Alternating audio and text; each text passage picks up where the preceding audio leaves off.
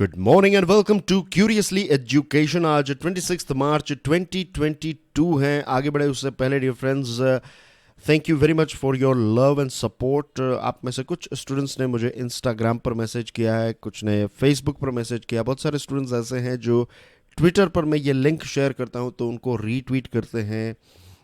कुछ स्टूडेंट्स ऐसे हैं जो दूसरे स्टूडेंट्स को रेकमेंड करते हैं कि इस सीरीज़ को आपको देखना चाहिए, और कमेंट सेक्शन में भी आप पढ़ सकते हैं कि बहुत सारे स्टूडेंट्स ने इस सीरीज़ के बारे में पॉजिटिव बातें बताई हैं। So I am so glad, I am so touched कि इस सीरीज़ के माध्यम से आपकी अंडरस्टैंडिंग जो है वो और ज़्यादा डीप हो रही है, और यही आशा करता हूँ कि आप इस सीरीज़ को दूसरे स्टूडेंट्स तक पहुँचाएंगे।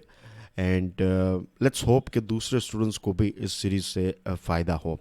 आज हमारे टेबल के ऊपर हैं 5 इंपॉर्टेंट टॉपिक्स। सबसे पहले हम बात करने वाले हैं द हिंदू का ये आर्टिकल है हार्टनिंग माइलस्टोन।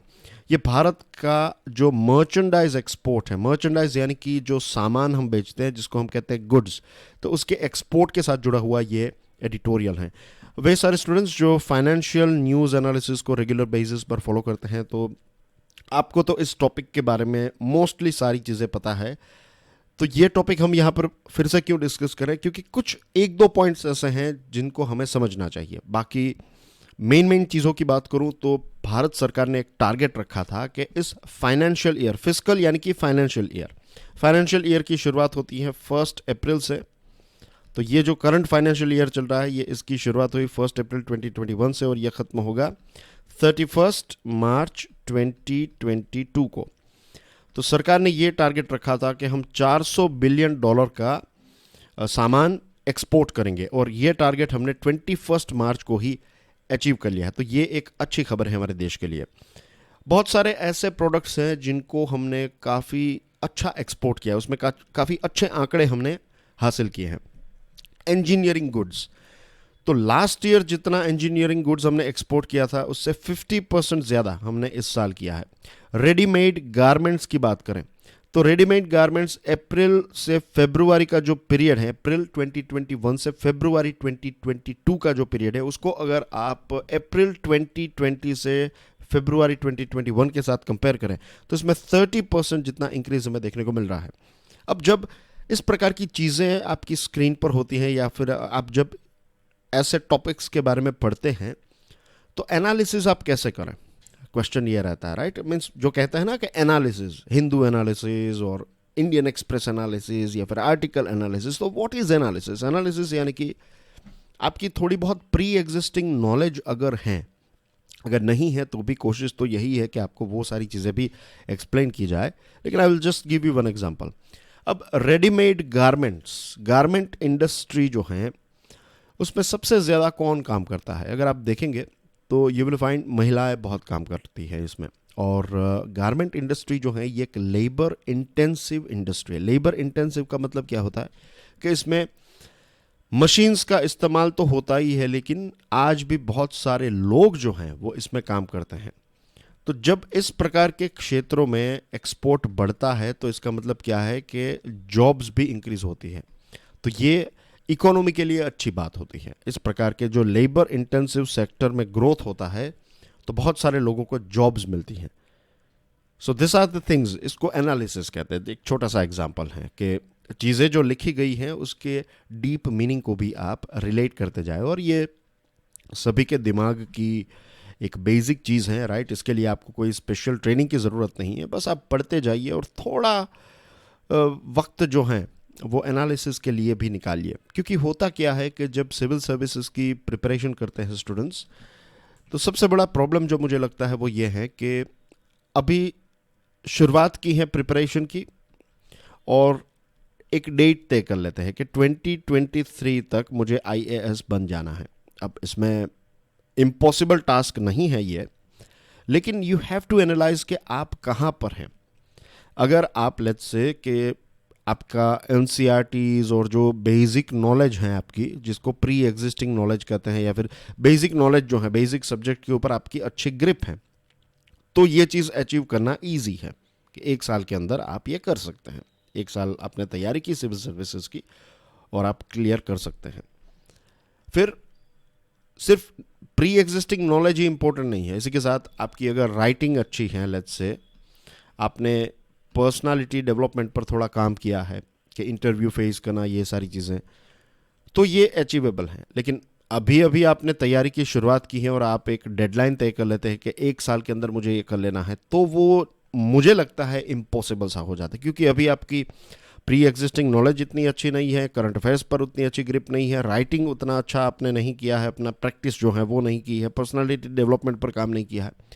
तो होगा ये कि आप हमेशा इस डेडलाइन को अचीव करने के चक्कर में बहुत सारे प्रेशर में रहेंगे, हैवी प्रेशर के अंदर रहेंगे।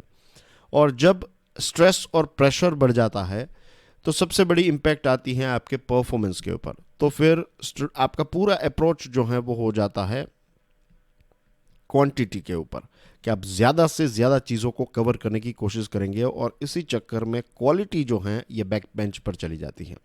तो keep this thing in mind always कि धीरे धीरे चीज़ों को करेंगे तो आप क्वालिटी अचीव कर पाएंगे। और धीरे धीरे चीज़ों को करने के लिए आपको ये जो डेडलाइन है उसको थोड़ा डिले तो नहीं मैं कहूँगा, उसको राइट डेट या फिर राइट ईयर जो है वो आपको सेलेक्ट करना पड़ेगा। This is just a hint, आप सोचिएगा, खुद एनालाइज कीजिएगा अपनी सिचुएशन को। Okay, moving on. Petroleum products जो हैं उसमें भी काफ़ी एक्सपोर्ट हुआ है। मैंने आपको बताया था कि हम पेट्रोल जो है वो सिर्फ हमारे देश के कंजम्पशन के लिए नहीं, हमारी रिफाइनरीज में दुनिया के दूसरे देशों के लिए भी पेट्रोल रिफाइन होकर हम दूसरे देशों को भेजते हैं। ये सारी चीज़ें हमने कब अचीव की? जब बहुत सारे चैलेंजेस ऑलरेडी थे, लॉजिस्टिकल चैलेंजेस, कंटेनर की शॉर्टेजेस थी, फिर पोर्ट जो है वो कंजेस्टेड थे, फ्राइट रेट जो है वो काफ़ी इंक्रीज़ हो गया, इंश्योरेंस का रेट इंक्रीज़ हो गया, कुछ देशों में लॉकडाउन जैसे सिचुएशन भी चल रही थी। तो ऐसे सारे हालात में एक्सपोर्ट्स को या फिर एक्सपोर्ट्स के टारगेट को अचीव करना जो है वो अपने आप में एक बहुत ही बड़ी बात है।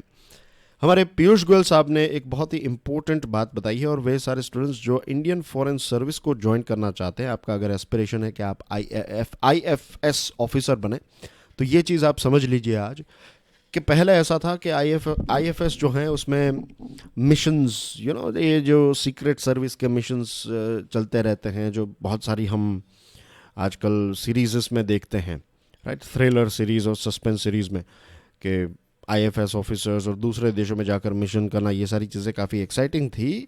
लेकिन अब जो फॉरेन सर्विस है, इट्स मोर अबाउट बिजनेस, कि अगर आपको लेट्स से UK में पोस्टिंग दी गई है तो सिर्फ वहाँ के NRIs का देखभाल आपको नहीं करना है, उसी के साथ आपको ये देखना है कि कौन सी ऐसी चीज़ें हैं जो हम UK से इंडिया इंपोर्ट कर सके, और उससे भी इम्पोर्टेंट ये है कि कौन सी ऐसी चीज़ें हैं जो इंडिया के अलग अलग डिस्ट्रिक्ट से या फिर गांव से ऐसे प्रोडक्ट्स और चीज़ों को हम UK में एक्सपोर्ट कर सकें। तो ये जो एक्सपोर्ट का आंकड़ा हमने अचीव किया है वो हमारे देश के मैन्युफैक्चरर्स ने तो इम्पोर्टेंट रोल प्ले किया, इसी के साथ साथ जो हमारे IFS ऑफिसर्स हैं, जो हमारी एम्बेसीज हैं, जो हमारे एनवॉयज़ हैं, उन्होंने नई नई अपॉर्चुनिटीज़ जो हैं वो हमारे देश के सामने रखी। तो यही चीज़ अगर हमें इसी प्रकार का ट्रेड देखना है तो डिप्लोमेटिक जो हमारी टीम है उनको उतना ही काम करता रहना पड़ेगा।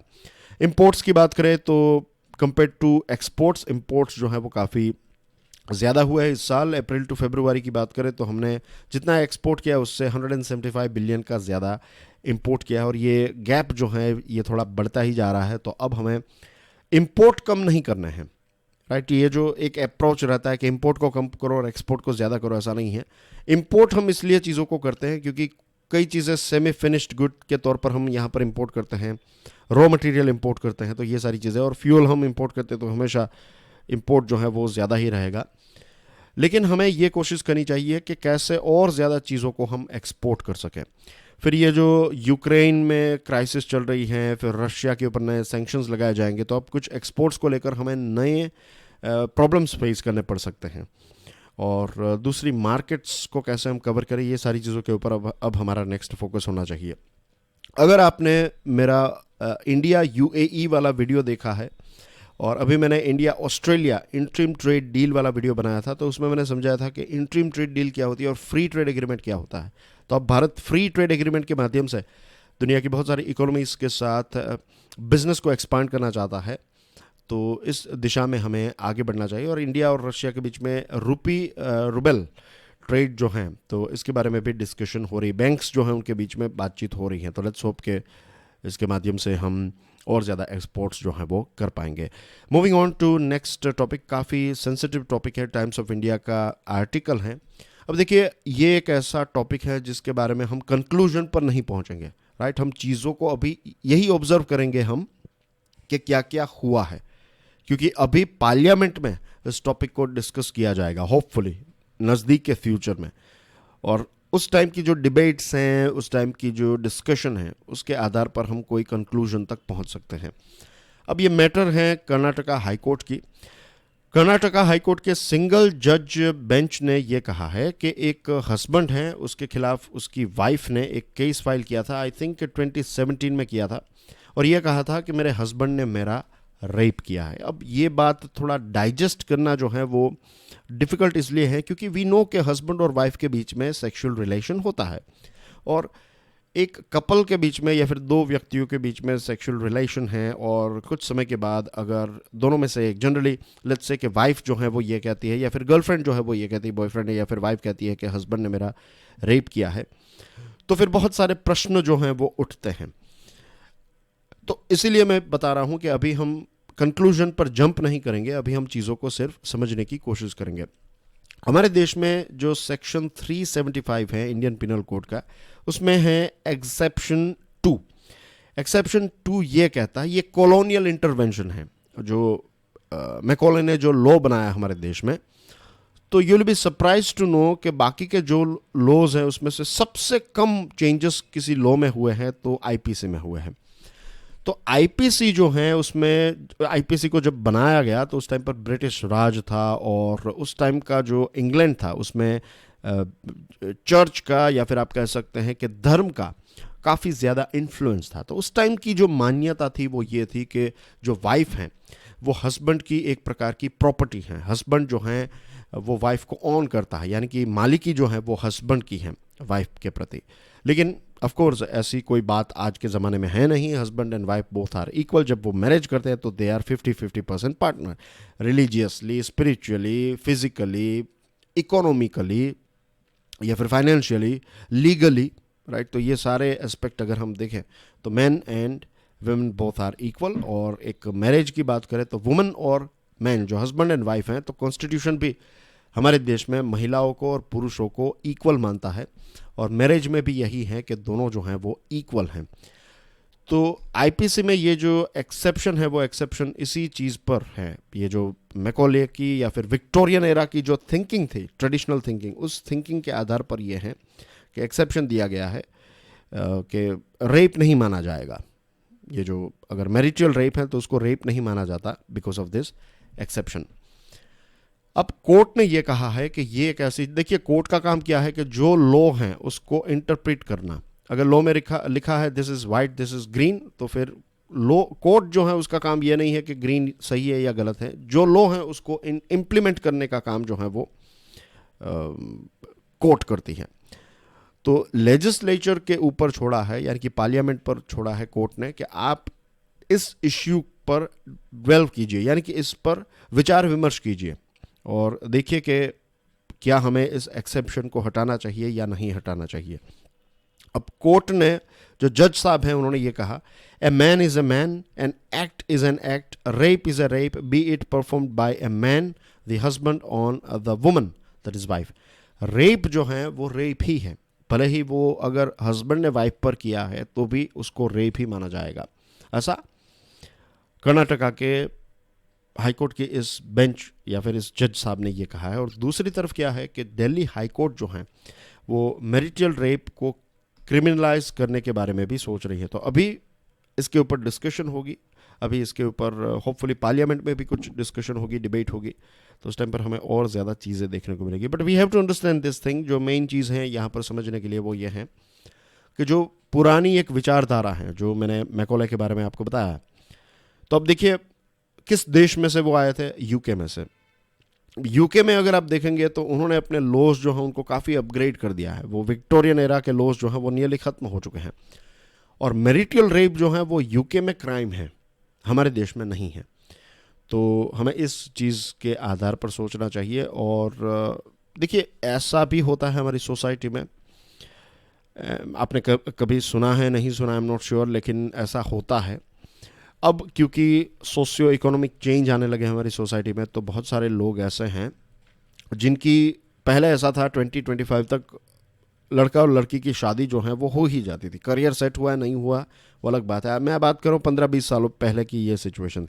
आज की सिचुएशन क्या है कि जनरली 30 तक पहुँचते, 30-31 तक पहुँचते हैं, तब करियर सेट होता है, जॉब या फिर बिजनेस सेट हो गया, उसके बाद लड़का और लड़की जो है वो शादी करते हैं। बड़े शहरों में और बहुत सारे टीयर 2 टीयर 3 सिटीज़ में भी ऐसा होने लगा है। बहुत सारी जगहों पर ऐसा भी होता है कि एक एज के बाद जो है वो शादी करना थोड़ा डिफ़िकल्ट हो जाता है। तो बहुत सारी जगहों पर ऐसा होने लगा है कि कुछ ऐसी जगहों पर जाते हैं और वहाँ से कुछ पैसे देकर, जो पेरेंट्स हैं, लड़की के पेरेंट्स हैं, उनको पैसे देकर फिर लड़की जो है वो लेकर आते हैं। जो दुल्हन है उसके साथ शादी उस कंडीशन पर होती है कि आपको इतने पैसे देने हैं एंड थिंग्स लाइक दैट, और पैसे देकर फिर, और कई बार ऐसा भी हुआ है, ऐसे केसेस में ऐसा भी हुआ है कि 3-4 दिन तक लड़की जो है वो लड़के के साथ रहती है और फिर वो वापस चली जाती है, अपने मायके चली जाती है, और फिर वहाँ से डिवोर्स फाइल किया जाता है या फिर डिवोर्स की धमकी दी जाती है, और फिर पैसे लिए जाते हैं, फिर से और ज़्यादा पैसे लिए जाते हैं और फिर डिवोर्स दिया जाता है। तो ऐसे ऐसे एक्सटोर्शन के racket, I am not saying कि हर जगह पर ऐसा चल रहा है, लेकिन जो जस्टिस सिस्टम है वो किस चीज़ पर काम करती है? जस्टिस सिस्टम ये कहती है कि अगर एक बेकसूर को छोड़ने के लिए आपको 10 ऐसे क्रिमिनल्स को छोड़ना पड़े तो भी आपको वो करना चाहिए, क्योंकि बेकसूर जो है उसका जीवन बर्बाद नहीं होना चाहिए। तो ऐसे केसेस में क्या होगा, वो मेरे लिए सबसे बड़ा चिंता का विषय। मीन्स जब मैं ये टॉपिक पढ़ रहा था तो कुछ चीज़ें दिमाग में आई, तो उसमें से एक ये थी कि उन परिवारों के साथ क्या होगा कि उनके लड़के की शादी नहीं हो रही है, फिर शादी करने के लिए वो इस प्रकार की डील करते हैं, और फिर पता चलता है कि जो स्कैम करने वाले लोग थे उन्होंने अब ये भी धमकी दी कि भाई डिवोर्स तो फाइल करेंगे ही, रेप का चार्ज भी आपके ऊपर लगाएंगे अगर आपने इतने पैसे नहीं दिए तो इसके बारे में भी पार्लियामेंट को सोचना चाहिए। Moving on, Moscow Mantra, times of India का यह आर्टिकल है। अब भारत ने दूसरी बार जो यूनाइटेड नेशन में रशिया के खिलाफ जो रेजोल्यूशन था उसमें से एब्सटेन रहा, एब्सटेन यानी कि हमने वोटिंग नहीं की। दिल्ली ने भी ये किया, बीजिंग ने भी ये किया, और एस जयशंकर साहब ने पार्लियामेंट में भारत के इस स्टैंस को डिफेंड किया है, उन्होंने रीजंस बताए हैं। अब प्रश्न ये उठता है कि भारत की ये जो न्यूट्रलिटी है उसको अगर हम हमारे नेशनल इंटरेस्ट के साथ कंपेयर करें तो क्या ये न्यूट्रलिटी बेनिफिट से ज़्यादा नुकसानदायक होगी? नेशनल इंटरेस्ट की बात करें तो सबसे नंबर 1 नेशनल इंटरेस्ट रशिया के साथ जो हमारा है वो ये है कि रशिया आज भी सबसे बड़ा आर्म्स सप्लायर है भारत का। इसके लिए इसके साथ जुड़ा हुआ एक प्रश्न भी मैंने आपको पूछा था, इज़न्ट इट, कि 50% जितना सामान जो 46% टू बी प्रिसाइज हमने रशिया से पिछले 5 सालों में जितना भी डिफेंस हमने इंपोर्ट किया तो उसमें 46% हमने रशिया से खरीदा है। तो रशिया का बिगेस्ट कस्टमर अगर कोई है आर्म्स का तो वो भारत है। तो इस पॉइंट ऑफ व्यू से देखें, देखिए रशिया से हमें आर्म्स चाहिए तो ये हमारी डिपेंडेंसी है, लेकिन रशिया की डिपेंडेंसी भारत पर यह है कि हम उनके सबसे बड़े आर्म्स के कस्टमर हैं। तो ये एक ऐसी चीज़ है जिसके आधार पर हम रशिया के ऊपर थोड़ा प्रेशर भी क्रिएट कर सकते हैं। और दूसरी चीज़ देखिए, यूरोपियन यूनियन के बहुत सारे देशों ने रशिया के ऊपर सैंक्शंस लगाए हैं, इसके साथ साथ यूक्रेन की मदद भी कर रहे हैं, पैसे दे रहे हैं, मिलिट्री असिस्टेंस पे दे रहे हैं, ये सारी चीज़ें कर रहे हैं। और ऊपर से एक तरफ रशिया का विरोध हो रहा है और दूसरी तरफ रशिया की एनर्जी यानी कि ऑयल एंड गैस भी ये यूरोपियन नेशंस जो हैं वो खरीद रहे हैं और रशिया उनको सप्लाई भी कर रहा है। तो बहुत ही कॉम्प्लेक्स सिचुएशन है यहाँ पर। तो हमें कुछ यूरोपियन यूनियन के देशों से सीखने को मिलता है कि अगर हम रशिया के खिलाफ वोटिंग करते हैं, हम जस्ट सेइंग, तो ऐसा नहीं है कि रशिया हमारे खिलाफ ही हो जाएगा। रशिया को भी आर्म्स बेचने हैं और आज तो और ज़्यादा बेचने हैं क्योंकि उनकी इकोनॉमी जो है उसके ऊपर सैंक्शंस लगे हुए हैं। तो और यूएन का अभी रिपोर्ट आया था, उसने कहा कि रशिया में रिसेशन, डीप रिसेशन जो है वो आ जाएगा रशिया में। तो रशिया की अपनी इकोनॉमी को, अपने इकोनॉमी के पहिए को मोशन में रखने के लिए और आर्म्स बेचने पड़ेंगे, तो उनकी निर्भरता हमारे ऊपर और ज़्यादा हो जाएगी। तो ये एक हमारे लिए बार्गेनिंग पावर साबित हो सकता है। फिर रशिया और चाइना की टीम जो अब नई एक टीम बन चुकी है, चाइना ने कहा कि वो हमेशा रशिया को सपोर्ट करने के लिए तैयार है वगैरह वगैरह। तो फिर फ्यूचर में अगर चाइना ने हमारे साथ कुछ गलत किया या फिर चाइना ने हांगकांग या फिर ताइवान के ऊपर चढ़ाई कर दी लेट्स से, तो फिर उस टाइम पर भारत का स्टैंड क्या होगा। ये ऐसे कुछ पॉइंट्स हैं जिसके बारे में हमें और ज़्यादा सोचना चाहिए। एंड प्रश्न ये भी उठता है कि ये जो हमारी कॉशियस पोजीशन है और भारत का जो जो एक स्टैंड है अभी रशिया को लेकर, तो फ्यूचर में जो मैंने आपको बताया ये सारे इश्यूज होंगे। अगर चाइना ने कुछ किया तो फिर रशिया क्या करेगा। रशिया आई थिंक सपोर्ट करेगा चाइना को, ऐसा हम एज्यूम कर सकते हैं जिस प्रकार से चाइना ने रशिया को सपोर्ट किया है। तो फिर इंडिया के लिए चीज़ें और डिफ़िकल्ट हो जाएगी। तो अगर ऐसा ही चलता रहा, रशिया जो है वो और ज़्यादा प्रेशर क्रिएट करता है। अब रशिया ने जिस प्रकार से प्लान किया था उस हिसाब से वहाँ पर चीज़ें नहीं हो रही। रशिया ने सोचा कि कुछ ही दिनों के अंदर यूक्रेन जो है वो हार जाएगा, थक जाएगा, बर्बाद हो जाएगा, लेकिन ऐसा नहीं हो रहा है। तो फिर रशिया को भी काफ़ी सारी बैटल कैजुअल्टीज़ का सामना करना पड़ा है। उनके भी काफ़ी सारे सोल्जर्स जो हैं वो मर चुके हैं। तो रशिया अगर और ज़्यादा प्रेशर क्रिएट करता है यूक्रेन पर तो शायद हमें हमारा स्टैंड जो है वो चेंज करना पड़े। और अमेरिका का स्टैंड, चाइना का फ्यूचर का रिस्पॉन्स क्या होगा, ये सारी चीज़ों को एनालाइज करते हुए हमारे नेशनल इंटरेस्ट को ध्यान में रखते हुए भारत को अपना स्टैंड जो है उसको री-इवैल्यूएट करने की ज़रूरत है। Moving on to next topic, the Hindu का ये आर्टिकल है, इंटरेस्टिंग है, India's complex position on Islamophobia. बहुत कम लोगों को शायद पता होगा कि 15 मार्च को यूनाइटेड नेशंस जनरल असेंबली ने एक रेजोल्यूशन अडॉप्ट किया है। और इसका मतलब मीन्स अब ये होगा कि हर साल 15 मार्च को international day to combat Islamophobia इसको सेलिब्रेट किया जाएगा। इस्लामोफोबिया यानी कि एक प्रकार का इस्लाम के प्रति भय। अब दुनिया के बहुत सारे अलग अलग देशों ने, ख़ास करके मुस्लिम देशों ने और मुसलमानों ने भी ये कंप्लेन की है कि एक प्रिजुडाइज हो चुका है, एक डिस्क्रिमिनेशन हो रहा है। एक फ़िल्म भी आई थी, my name is Khan, Shahrukh Khan की फ़िल्म थी, और उसमें दिखाया था कि कैसे 9/11 के बाद अमेरिका में मुस्लिम्स के प्रति जो नफ़रत है वो काफ़ी ज़्यादा बढ़ चुकी थी। और शायद आज भी कुछ ऐसी चीज़ें देखने को मिलती हैं। और स्टीरियोटाइप, हेट स्पीच मुस्लिम्स के खिलाफ, इस्लाम के खिलाफ, to be precise, not Muslims but Islam के खिलाफ हेट स्पीच। और 9/11 के बाद ओसामा बिन लादेन ने जो अटैक किया उसके बाद, क्योंकि ये सारे सो कॉल्ड इस्लामिस्ट ग्रुप्स हैं, ये अपने आप को इस्लामिस्ट ग्रुप्स कहते हैं। यहाँ पर एक कॉन्ट्राडिक्शन ये है कि बहुत सारे देशों ने कहा है कि टेररिज्म जो है इसका कोई धर्म नहीं है। तो फिर मीडिया में जो इस्लामिस्ट ग्रुप लिखा जाता है तो ये भी मुझे लगता है थोड़ा गलत है, क्योंकि टेररिस्ट ग्रुप्स जो हैं उनके एजेंडाज होते हैं, उनका कोई धर्म नहीं होता। वो कहते हैं कि हम इस धर्म के लिए हैं, लेकिन आप ऐसे कभी भी अपना धर्म जो है उसका प्रचार कर ही नहीं सकते। आप अगर लोगों को मीन्स आपके धर्म को कोई रिस्पेक्ट, हमें अशोक जो थे, अशोक राजा, उनके जो पत्थर हमें मिले हैं, पत्थरों पर जो चीज़ें लिखी हुई थी, इंस्क्रिप्शन जिसको हम कहते हैं, उसमें क्या लिखा था?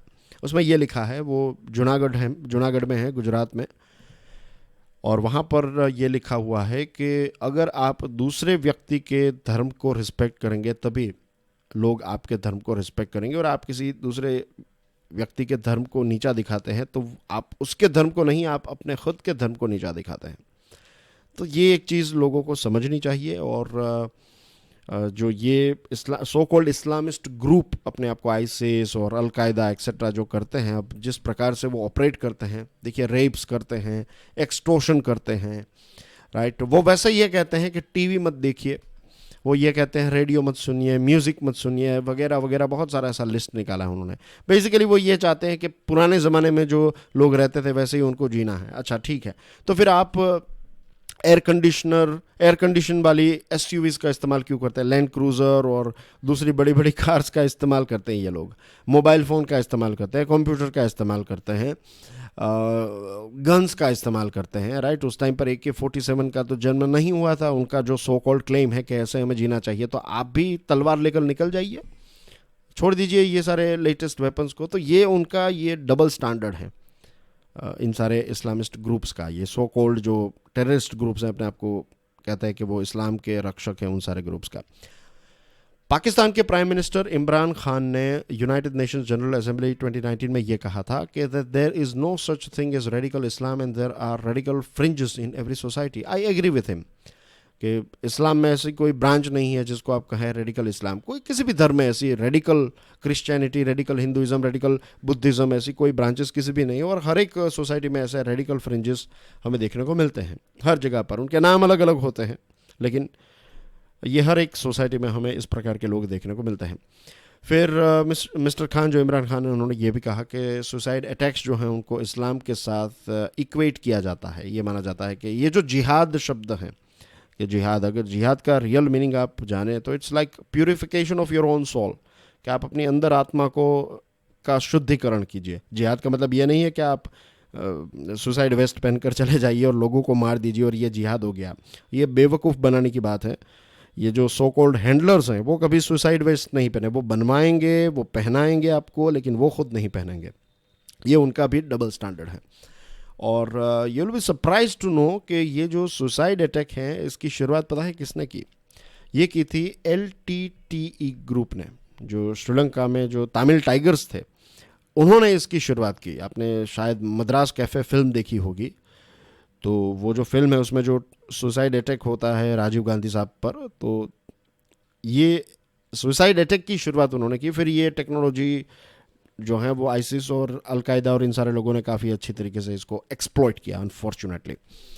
ही admitted though that the western world does not look at religion the way that we do. Means Imran Khan ने यह कहा कि जिस प्रकार से हम धर्म को देखते हैं तो वेस्टर्न वर्ल्ड अलग तरीके से दिखता है। अब भारत की बात करें, TS तिरुमूर्ति साहब जो हमारे परमानेंट रिप्रेजेंटेटिव हैं UN में, तो उन्होंने भारत का स्टैंड जो है उसको एक्सप्लेन किया। उन्होंने ये कहा कि ये जो रेजोल्यूशन है उसको भारत ने सपोर्ट तो किया है, लेकिन रेजोल्यूशन में कुछ खामियां हैं। यहाँ पर सिर्फ इस्लामोफोबिया के बारे में नहीं, उन्होंने कहा कि रिलीजियोफोबिया, कि बहुत सारे धर्मों के साथ ऐसी चीज़ होती है। ऐसा नहीं है सिर्फ एब्राहमिक जो रिलीजियंस हैं, एब्राहमिक में 3 आते हैं, ज्यूज़ आते हैं, क्रिश्चियंस आते हैं और मुस्लिम्स आते हैं। तो सिर्फ ऐसा नहीं है कि ज्यूज़, क्रिश्चियंस और मुस्लिम्स के खिलाफ, खास करके ज्यूज़ और मुस्लिम्स के खिलाफ ये नफ़रत की भावना है। दूसरे धर्मों के प्रति भी इस प्रकार की नफ़रत हमें देखने को मिली है। कुछ एरियाज़ में, इतने बड़े लेवल पर नहीं, लेकिन है। कई जगहों पर हिंदूज़ के साथ ऐसा होता है, कई जगहों पे सिख जो हैं उनके साथ, बुद्धिस्ट के साथ भी उनको प्रताड़ित किया जाता है, अलग अलग देशों की बात है। फॉर एग्जांपल अगर आप सऊदी अरेबिया चले जाएं, तो सऊदी अरेबिया में दूसरे धर्मों के प्रति जिस प्रकार का उनकी सरकार का व्यवहार है, ये काफ़ी गलत है, किसी को भी पसंद। खास करके अगर कोई डेमोक्रेटिक और सेक्युलर देश से वहाँ पर जाएगा तो उनको बहुत ही अजीब लगेगा। तो ऐसे बहुत सारे एग्जाम्पल्स हैं जहाँ पर इस प्रकार की चीज़ें होती हैं। तो उन्होंने ये कहा, भारत ने ये कहा है कि सिर्फ इस्लामोफोबिया नहीं, हमें रिलीजियोफोबिया के खिलाफ भी एक आवाज़ उठानी चाहिए। और उन्होंने ये भी कहा कि भारत की बात करें तो भारत की हिस्ट्री अगर आप देखें तो पारसियों की हिस्ट्री देख लीजिए, फिर बुद्धिस्ट की देख लीजिए, दलाई लामा को कैसे हमने यहाँ पर एक शरण दी। Same thing goes with Parsis और दूसरी कम्युनिटीज़ भी, ऐसी बहुत सारी कम्युनिटीज़ हैं जो अपने देश को या फिर अपने जन्म स्थल को छोड़कर भारत आ गई थी, क्योंकि वहाँ पर उनको परेशान किया जा रहा था। कुछ जगहों पर भारत ने अच्छा परफॉर्म भी नहीं किया, टू बी ऑनेस्ट। अगर हम रोहिंग्याज की बात करें तो वहाँ पर भारत ने कुछ अच्छा परफॉर्म इतना ख़ास नहीं किया है। बट एनीवे, यूरोपियन यूनियन ने यह कहा कि रिलीजन नहीं, लेकिन इंडिविजुअल राइट्स और फ्रीडम को वो ज़्यादा सपोर्ट करता है। यूरोपियन यूनियन, ऐसा उनका स्टैंड है। अब ये सारी चीज़ें जो हैं वो OIC के द्वारा ये रेजोल्यूशन जो है वो इम्प्लीमेंट करवाया गया है। OIC यानी कि ऑर्गेनाइजेशन ऑफ इस्लामिक कोऑपरेशन। अब ये जो OIC हैं, ये इसमें कुछ अच्छे देश भी हैं, लेकिन कुछ देश ऐसे हैं जो they are not up to the mark, to be honest. क्योंकि जब हम चाइना की बात करते हैं, हम जानते हैं कि विगर मुस्लिम्स जो हैं उनकी हालत क्या है चाइना में, लेकिन OIC ने हमेशा चाइना के प्रति एक सॉफ्ट अप्रोच रखा है। अभी चाइनीज़ फॉरेन मिनिस्टर वैंग यी को इनवाइट किया जाएगा, means in fact he was invited as a special guest. एक मीटिंग हुई थी OIC की, तो उसमें उनको एक स्पेशल गेस्ट पर बुलाया गया था और पाकिस्तान ने कोई विरोध नहीं किया यंग यी का। लेकिन सुषमा स्वराज जी को जब 2019 में इनवाइट किया गया था तो पाकिस्तान ने इसका विरोध किया था। अब देखिए, जो इंडोनेशिया है, इंडोनेशिया जो है दुनिया का सबसे सबसे बड़ी मुस्लिम पॉपुलेशन जो है वो इंडोनेशिया में रहती है, हमें लगता है सऊदी में, यूएई में रहती है, नो, इंडोनेशिया में। जहाँ तक मेरी इन्फॉर्मेशन है नंबर 2 पर है इंडिया, आई थिंक नंबर 2 या फिर नंबर 3 पर है इंडिया, आई थिंक नंबर 2 पर है, बट एनीवे ये जस्ट एक एग्जाम्पल मेरे दिमाग में अभी आया इसलिए बता रहा हूँ, मैंने प्री प्लान नहीं किया था इसको, वरना मैं पीपीटी में लिख देता। ये प्री एग्जिस्टिंग नॉलेज चल रही है आपके साथ। तो जो सेकंड नंबर पर इंडिया आता है, लेट्स से, तो इस रीज़न की वजह से भारत को इनवाइट किया गया था ओआईसी में, कि दुनिया का सेकंड मोस्ट पॉपुलेटेड देश अगर कोई है जिसमें मुस्लिम पॉपुलेशन रहती है तो दैट इज़ इंडिया। तो इसलिए हमें इनवाइट किया गया था। तो उस टाइम पर पाकिस्तान ने हमारा विरोध किया था, और हमारे देश में ऐसा बिल्कुल नहीं है, राइट। आप कुछ जगहों पर ऐसे इश्यूज होते रहते हैं, लेकिन इन जनरल आप देखिए 1.3 बिलियन पॉपुलेशन है, 1.38, और 18% की ग्लोबल पॉपुलेशन हमारे देश में रहते हैं। क्या हर स्टेट में हर रोज़ माइनॉरिटीज़ को मारा जा रहा है या फिर उनके साथ झगड़ा होता है? ऐसा नहीं होता है ना, हर जगह पर तो नहीं होता, कुछ जगहों पर होता है, एंड दिस इज़ अनफॉर्चुनेट। जहाँ पर हो रहा है ऐसा नहीं होना चाहिए। कल भी हमने इसके बारे में बात की थी।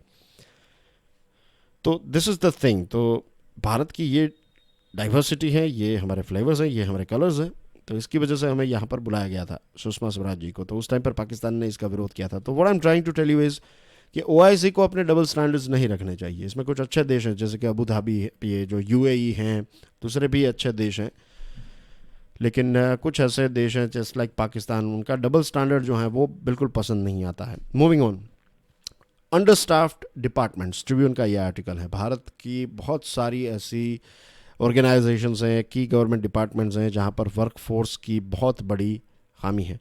एक रिपोर्ट पार्लियामेंट में रखा गया, और इस रिपोर्ट ने यह कहा है कि हमारे देश में जो एम्स हैं, 6 राज्यों में 6 एम्स जो हैं उसमें स्टाफ की शॉर्टेज हैं। आईएएस ऑफिसर्स की शॉर्टेज की बात करें तो 22% शॉर्टेज है यहाँ पर, और टीचर्स, स्कूल्स और कॉलेजेस के टीचर्स और प्रोफेसर्स की शॉर्टेज जो है उसके बारे में तो बहुत सारे आर्टिकल्स लिखे जाते हैं। जुडिशियल शॉर्टेज, जजेस की शॉर्टेज है, जुडिशियल स्टाफ की शॉर्टेज है हमारे देश में, और इसकी वजह से लाखों करोड़ों केसेस जो हैं वो पेंडिंग रहते हैं। मिड 2021 में हरियाणा पुलिस में 20,839 वैकेंसीज थी, और राज्यसभा में एक रिपोर्ट रखा गया था लास्ट ईयर, उसमें यह कहा गया कि यूनाइटेड नेशन का रिकमेंडेशन ये है कि 1 लाख लोगों के लिए 222 पुलिस पर्सोनल होने चाहिए। हमारे देश में 155.78 पुलिस पर्सोनल हैं। तो शॉर्टेज है, और शॉर्टेज की वजह से अलग अलग सर्विसेज जो हैं उसकी डिलीवरी नहीं हो पाती, हेल्थ केयर में, एजुकेशन में, लॉ एनफोर्समेंट में, जुडिशरी में, बहुत सारे क्षेत्रों में। और आईएएस ऑफिसर्स की शॉर्टेज की वजह से सेंटर और स्टेट के बीच में इश्यू देखने को मिलते रहते हैं। फिर बहुत सारे क्रिमिनल्स जो हैं उनको पता है कि स्टाफ नहीं है इतना, तो फिर आप क्राइम करते जाइए, कुछ नहीं होगा, 10 साल 15 साल 20 साल केस चलेगा, और फिर एंड ऑफ द डे समाधान हो जाएगा। और 4.4 करोड़ केसेस पेंडिंग हैं। Last month chief justice of India N V Ramana साहब ने यह कहा कि सिर्फ एग्जिस्टिंग वैकेंसीज को फिल करने की ज़रूरत नहीं है, उसके साथ साथ हमें और ज़्यादा जजेस की जो क्वांटिटी है उसको बढ़ाने की ज़रूरत है, तब जाकर ये केसेस जो हैं वो हम सॉल्व कर पाएंगे। और नई सर्विसेज के लिए मीन्स जो नई पोस्ट जो है उसको भी क्रिएट करने की ज़रूरत है, ताकि हम डिलीवरी को, जो सर्विस है उसको अच्छी तरीके से डिलीवर कर सकें। हमारे देश में ये पॉसिबल भी है, क्योंकि 50% जितनी पॉपुलेशन बिलो 25 है, तो रिक्रूट करना कितना डिफिकल्ट होगा। राइट टाइम पर एग्जाम्स हो, राइट टाइम पर ट्रेनिंग हो, ये सारी चीज़ें हों, तो I don't think so it's a big problem. ये मैनेजमेंट का इश्यू है, रिसोर्सेज का इश्यू नहीं है। और जब तक हम राइट लोगों को राइट जगह पर नहीं बिठाएंगे, तब तक प्रॉपर सर्विसेज जो हैं वो जो सिटीजन सर्विसेज हैं वो हम नहीं दे पाएंगे, और ओवरऑल डेवलपमेंट जो है वो देश का नहीं हो पाएगा। तो it is a very important topic to think about, and that's everything in today's discussion. एक क्वेश्चन है, डिजास्टर मैनेजमेंट एक्ट की बात करें तो ये कहा गया कि it will not be invoked after 31 March. ये डिजास्टर मैनेजमेंट का एक्ट जो है वो अब जाएगा, मीन्स अब इसको इन्वोक नहीं किया जाएगा, अब जाएगा इन द सेंस ये रहेगा, लेकिन अभी तक ये चल रहा था, तो अभी फिर से इसको कंटिन्यू नहीं किया जाएगा। तो पहली बार जब से ये एक्ट बना है, तो पहली बार कब इसको यूज़ किया गया था? 4 ऑप्शन है आपकी स्क्रीन पर, stick your answer in the comment section. And do check out my motivational podcast curiously forever. ये सभी बड़े पॉडकास्ट प्लेटफॉर्म्स पर अवेलेबल हैं. Don't forget to subscribe to my channel, share the lecture, hit the like button, stick your review in the comment section. I'll see you soon with some interesting topics. Till then, stay curious. Jai Hind.